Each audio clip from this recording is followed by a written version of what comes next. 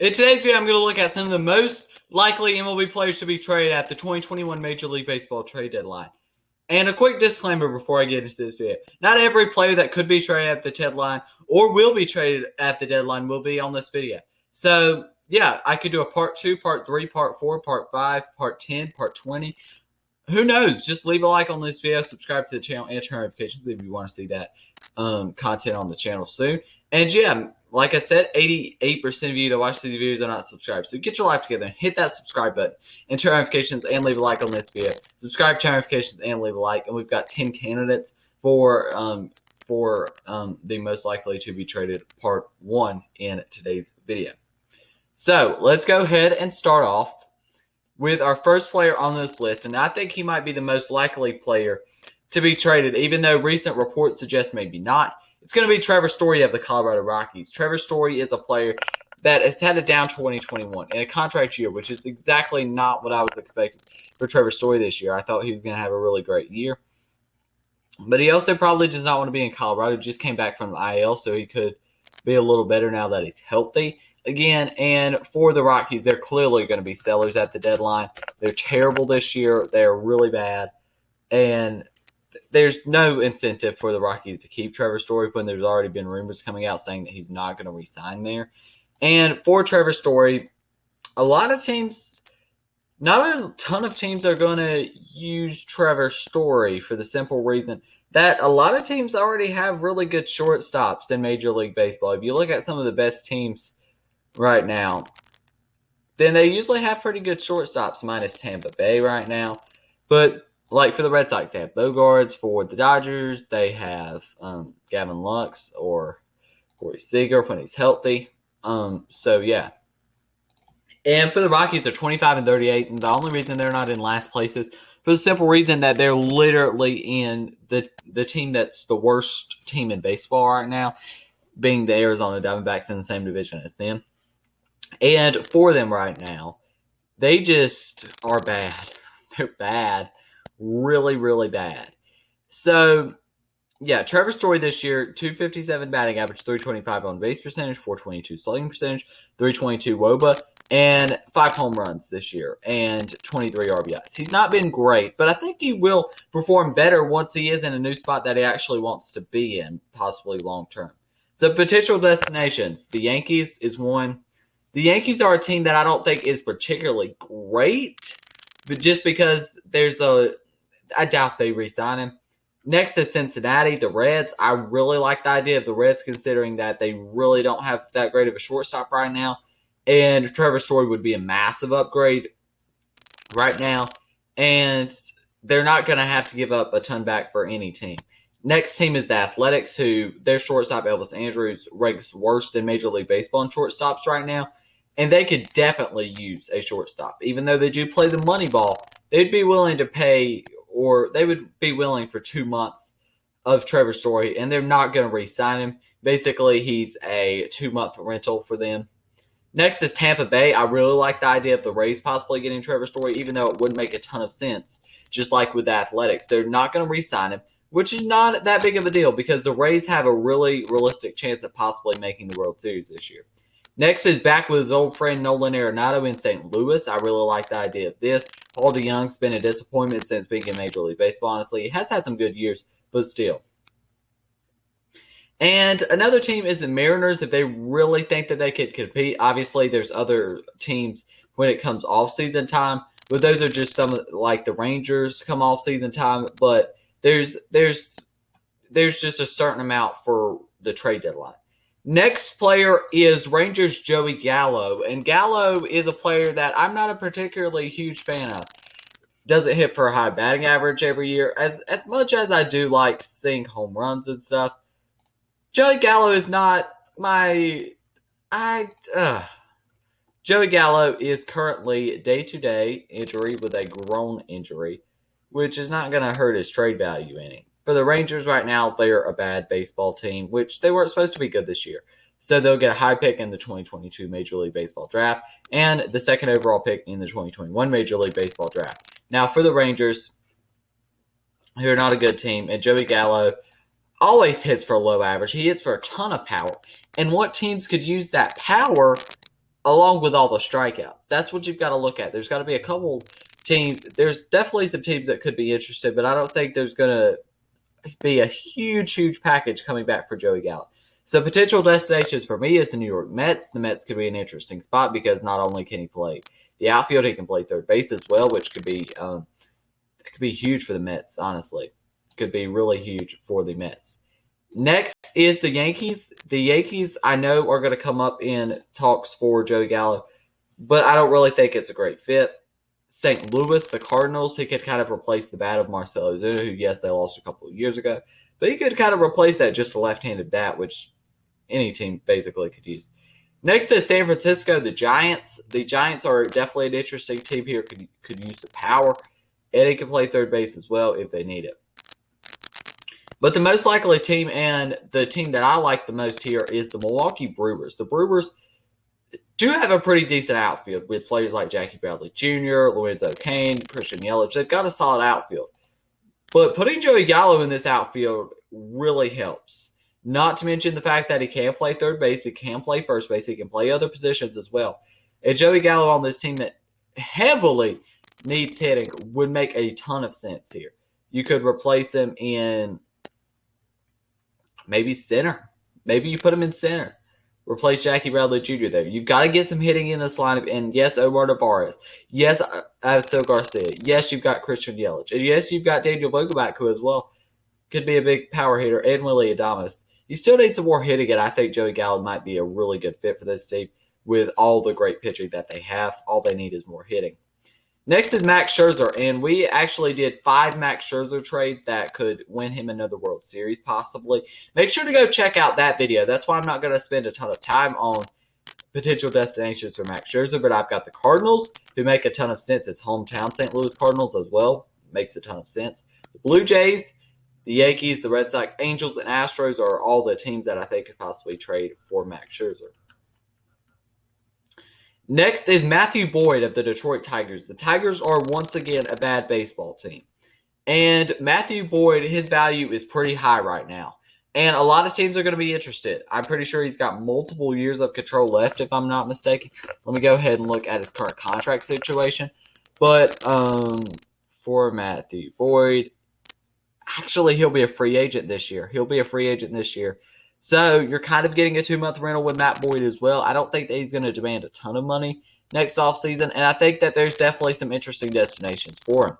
And if we look here at some potential destinations, with the starting pitchers here, they're going to kind of get repetitive, but we're going to add some new teams as well.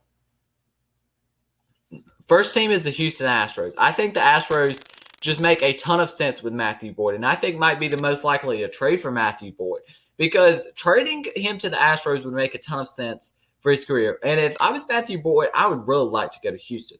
The way Houston's been developing pitchers, whether that is with a foreign substance or not, I would be really delighted to go to Houston if I was him. Next team, I think, is possibly the Atlanta Braves. The Braves would make a ton of sense here. They've done trades with the Tigers in the past, trading for Shane Green. This would be a 2-month rental as well, and would make some sense. I even put the Astros 2 times on this list, if that tells you how much of a great fit I think it is. Next team is the Cardinals. I think they could definitely make a trade for. Along with Toronto, the Blue Jays could make a lot of sense as well. Next is from the Cincinnati Reds, Eugenio Suarez. And Eugenio Suarez has been on the trade market for a while now. And I think it might finally be time to trade him, because he has not really done much of anything good for the last 2 seasons. And why not go ahead and trade Eugenio Suarez? They've already got plenty of power in that lineup with Jesse Winker, Nick Castellanos, and more. And there's really no incentive for them to keep Eugenio Suarez here. Some teams could definitely use some third basemen this year. There have been some good third basemen, but there still are some teams that are definitely in need of some third basemen. And if we go ahead and look here, I'm trying to pull up some stats here. Now, if we look towards the bottom for third basemen here, you've got the Pirates at 30. That's expected. You've got the Brewers there, which always could use some third base help. They could definitely be a potential option for Eugenio Suarez. The Phillies are another potential option. I think they would make a lot of sense. And for the Reds, what they would be looking back in a trade is simply a shortstop. and maybe some relief pitching as well. Prospects, that's probably what they're looking back in a trade for Eugenio Suarez. Some other potential options here. If we look, I think the Blue Jays are another option here. Move Kevin Biggio back to second base somehow. Maybe move. I don't know how you're going to work that, but that could be a potential option. Brewers, I think, are another good option, but the Phillies, I think, probably are the favorites. Next is Sonny Gray, and Sonny Gray definitely is interesting because Sonny Gray has just been placed on the 10-day IL, and Sonny Gray here is a very good pitcher. Like, he is a number 1, number 2, number 3 on a very, very good baseball team. So if we look here, I'm trying to pull it up. But if we look at starting pitching here, there's some teams that could definitely use Sonny Gray, and a lot of teams could use Sonny Gray. And especially with the control that he has and the great contract that he's on right now, teams are going to want him pretty bad. And yeah, so if we look towards the bottom end starting pitching, you've got the Pirates. The Cubs are definitely an option, but I don't see the Reds trading him in division and making that team better. The Twins are definitely a potential option. The Blue Jays definitely spark my eyes as a potential option. And let's go ahead and look at some potential destinations. I have the Astros as well. I've got the Cardinals as well. They're not going to trade them in division, though. The Braves are on here. I think they definitely are an intriguing option. I think that would make quite a bit of sense. The Twins are another very good option. But I think the Angels, this seems like just a perfect fit. Going to Los Angeles, I think that makes an absolute ton of sense here. And that just makes a ton of sense to me. I really like the idea of Sonny Gray going to the Angels, finally getting them an ace-type pitcher. And it's about time. Yes, he has been injured this year, but still. Next player that we've got on this list is going to be John Means of the Baltimore Orioles here. John Means is an interesting case because I think that John Means may not be traded, and I don't think that there's a ton of incentive for Baltimore to trade him. And there's limited destinations here because Baltimore is going to want a good package back. You've got to have good prospects, and those teams are pretty down to it. I kind of determine it to the Braves or the Cardinals. Those are probably the best two there that I think would be in the race to get him. Next is Kyle Gibson of the Texas Rangers, and boy, has his stock on the trade market went up from it this season. He definitely is a player that I think is going to be traded. I don't think that there is much of a way that I see Kyle Gibson not being traded. Some potential destinations would be Chicago. For the Cubs, you've got the Cardinals, you've got the Braves, the Yankees, the Angels, the Twins, and the Blue Jays. I think all those could be potential options here. But I think Kyle Gibson in a Yankees uniform would make a ton of sense. Yes, Kyle Gibson has not played in a huge market, and that might hurt him. Might hurt him a lot, actually, because Yankees fans are not very forgiving. But still, I think that he will succeed there. Next player is Richard Rodriguez of the Baltimore Orioles and Pittsburgh Pirates. And he's definitely a player that I see being traded as well. He's had a great 2021 this year so far, and I think he's definitely a possible lock to be traded. Now, if we look at relief pitching, Philadelphia's still been horrible. They rank last in all of baseball in relief pitching. They could definitely be a potential option. Houston's there as well as a potential option. And one that I like is San Francisco. I think San Francisco would be great. The way they've been developing pitchers as well, San Francisco makes a ton of sense for Richard Rodriguez. Obviously, I would love to see him being traded to the Braves. The Dodgers are in there as well as a potential destination. And the Blue Jays could be in there as well. And our final player on this list is definitely an interesting case, and that's going to be Ketel Marte of the Arizona Diamondbacks. And I had to put a Diamondbacks player on this list because it just didn't feel right to not have somebody from the worst team in baseball, for one, on this list, and not to mention the fact that it's very likely that Ketel Marte is traded. Ketel Marte can play various positions. He can play second base, center field.